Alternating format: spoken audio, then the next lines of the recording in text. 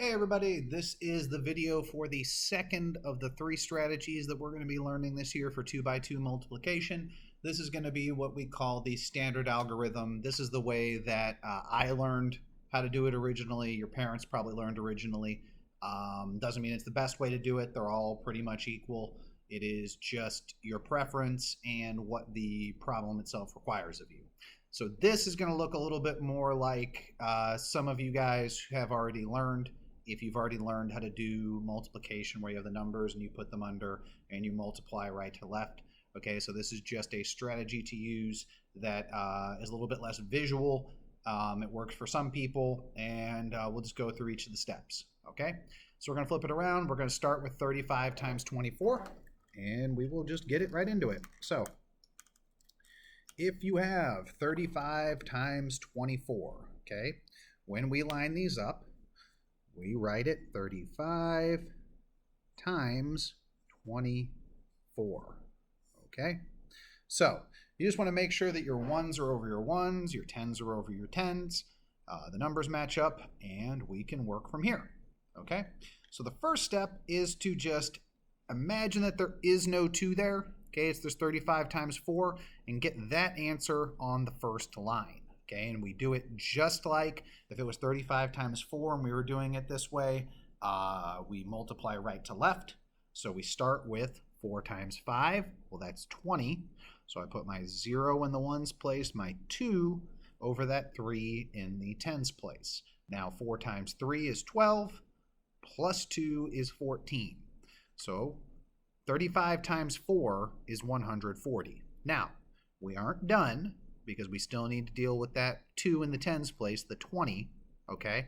So one thing I'm going to tell you right now, when you are doing this and there is a regrouping in that first, from that ones place, erase it when you are done, and I'll show you why in a second, okay?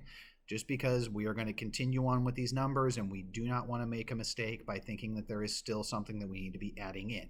Now there might be, but it will be a separate thing. So the next step, okay, because this is 0, this is 20, right? If we were thinking of what we did right now is we just found 4 times 35.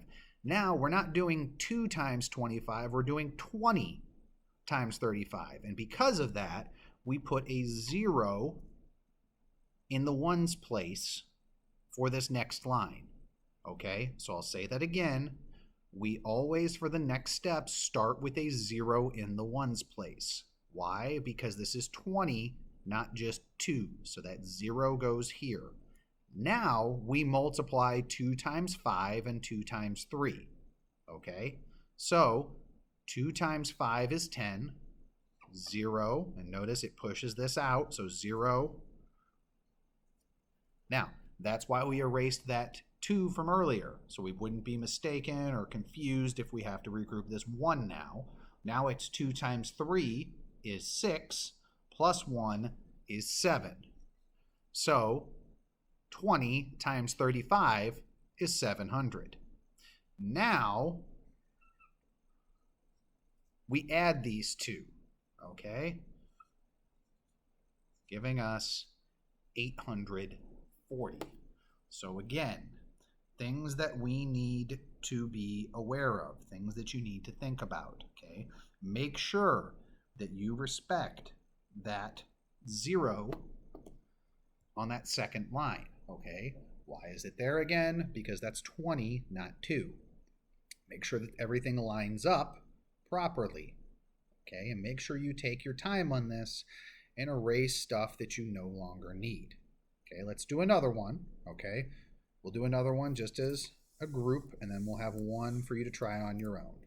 Let's do 29 times 63. 29 times 63. And because this is multiplication, again, it doesn't matter which number's on the top and which number's on the bottom when we line them up. It whatever order works, okay? So we'll just write it as 29 times 63. Okay, so we start with just that 3. We work our way right to left. 3 times 9 is 27. 2. 3 times 2, 6. plus 2 is 8. So 87. Now, let's get rid of that 2 so we don't accidentally use it again. Let's put our 0 in the ones place there to respect the fact that this is 60 and not just a 6. And let's multiply the rest of it. 6 times 9. If you watched our last video, remember, a good way to remember 9s, if you don't remember, is think of 6 times 10 is 60. Take away a 6, so that's 54. So I put my 4 and my 5 over that 2. This is why we get rid of that regrouping from before. Now it's 6 times 2 is 12, plus 5 is 17. Notice, we're now adding numbers and just make sure that your place values line up, okay? 7, 8, and 4 is 12, 1,827, okay? And we'll show you a video once we're done with our 3 strategies kind of linking together, because if you've noticed and you do these more than one way, you'll see that these partial products show up in more than one space. And what do I mean by that? When we see that video, but what I'm saying is you're doing the same process as you're multiplying the same numbers. It just looks different and it's organized differently, okay? So let's do one as a challenge for you guys to do at home. Let's do 57 times 23. 57 times 23. So I'll take about a 5-second pause, let you guys work this out. Obviously, you're going to pause your video, and then we will go through it together. So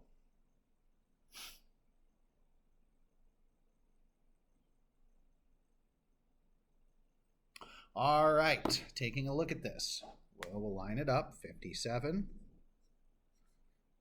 times 23.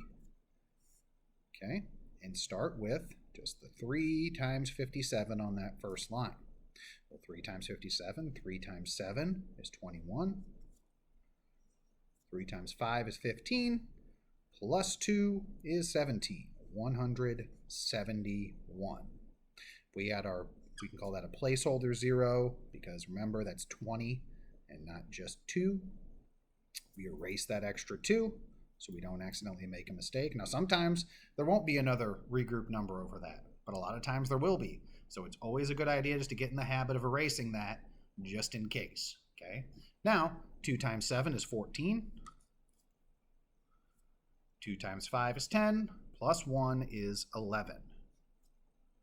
So we add these two together. 1 and nothing is 1. 7 and 4 is 11. 1, 1, and 1 is 3, giving us 1,311. Okay? So like we keep saying, we're going to learn a lot of different ways to do stuff this year. One is not necessarily better than the other. I mean, I have my own personal preference on what I like, and you're allowed to have your own personal preference on what you like, but it's important that you understand all the different ways to solve these, because I can tell you, if you can understand how to do a problem 3 ways, you really understand that multiplication, okay? So take some time, practice each of these strategies on your own some. Make sure you come to class with questions, or you can shoot me an email, and I will see you guys in class. Thanks.